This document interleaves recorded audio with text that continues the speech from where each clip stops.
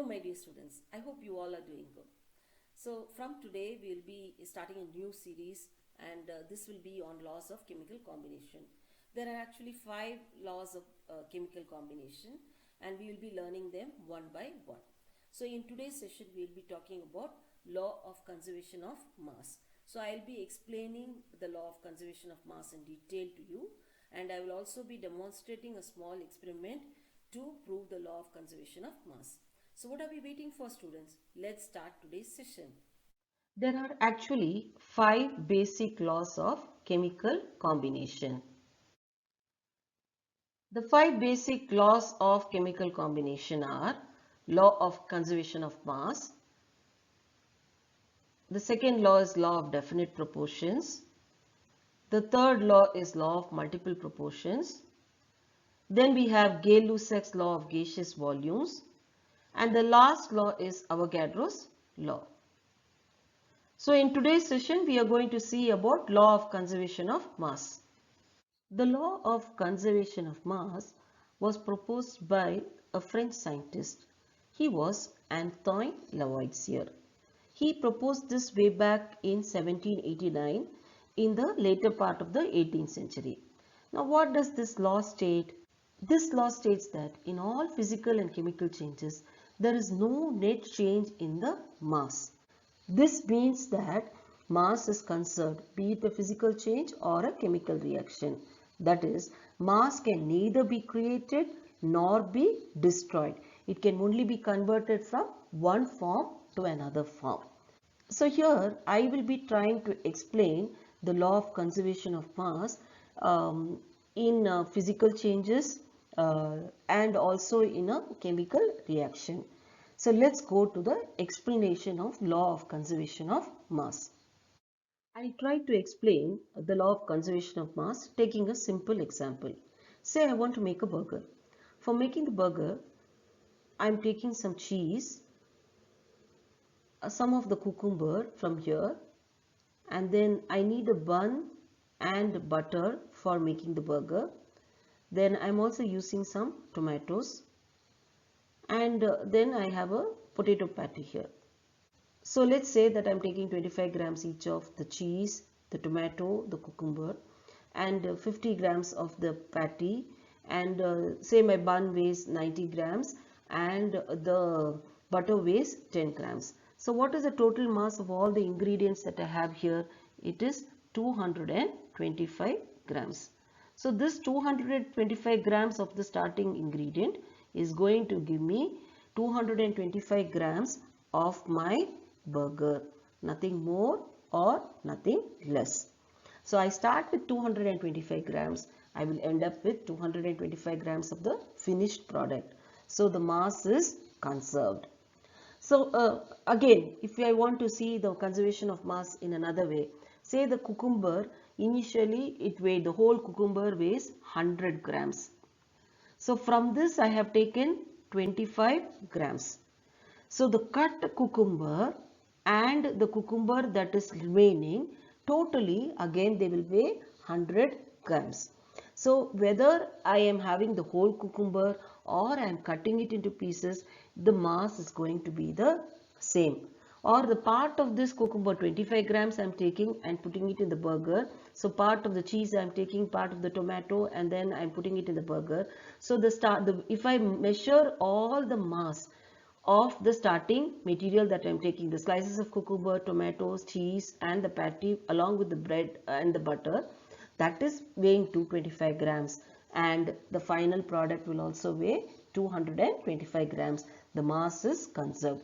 This is a simple explanation of the law of conservation of mass. Now I try to explain the law of conservation of mass in a phase transition and also a chemical reaction.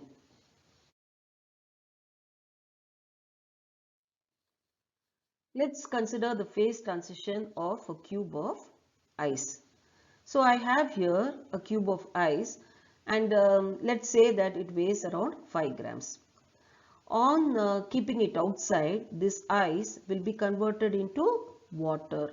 So I have the ice getting converted to water. Suppose I start with 5 grams of ice, then I would end up with 5 grams of water. If you have a weighing balance at home, you can easily perform this at home and check it out for yourself. So the mass is conserved. I start with 5 grams of ice, I will end up with 5 grams of ice. This is true for all phase transition, be it condensation, evaporation, sublimation. In any phase transition, the mass will be conserved.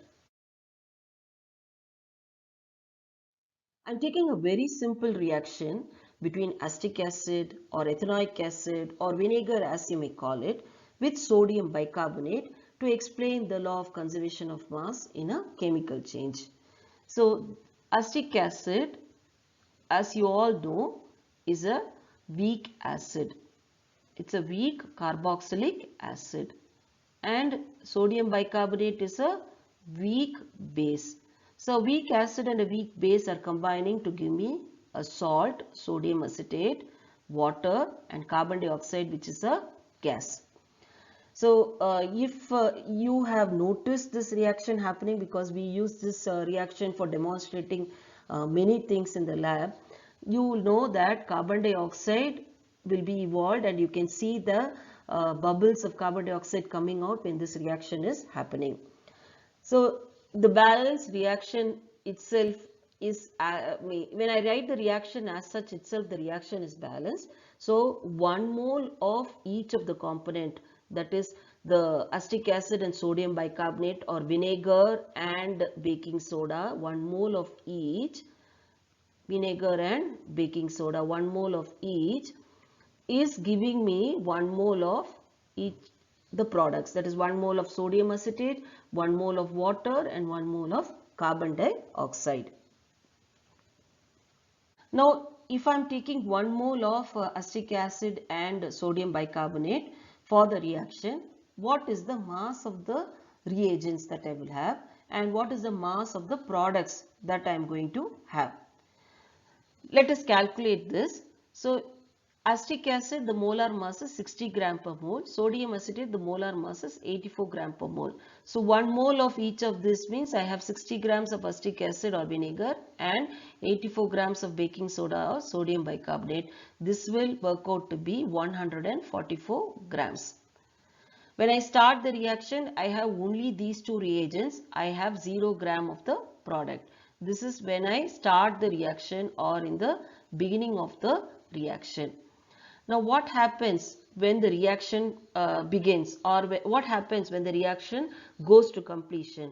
All of the 60 grams of acetic acid would have reacted with the baking soda. So I will have 0 gram of the product. Sorry, I will have 0 gram of the reactant. But I will have 144 gram of the product. How? Because this acetic acid and baking soda would have reacted to give me 1 mole of sodium acetate, which is 82 grams, 1 mole of water, which is 18 grams, 1 mole of carbon dioxide, which is 44 grams. And this will work out to be, if I add all this 82 plus 18 plus 44, this will work out to be 144 grams. So this 144 grams I will have when the reaction goes to completion, and I will have 0 gram of acetic acid and sodium bicarbonate. So the mass is conserved. I begin with 144 grams, I end up with 144 grams. So this is when the reaction goes to completion. Suppose that suppose the reaction does not go to completion. Even then you will have a constant mass, that I start with 144 grams and I will end up with 144 grams. So this I have explained theoretically. Now we will go to a demonstration of the law of conservation of mass using the same reaction. So let's now watch a small video to prove the law of conservation of mass.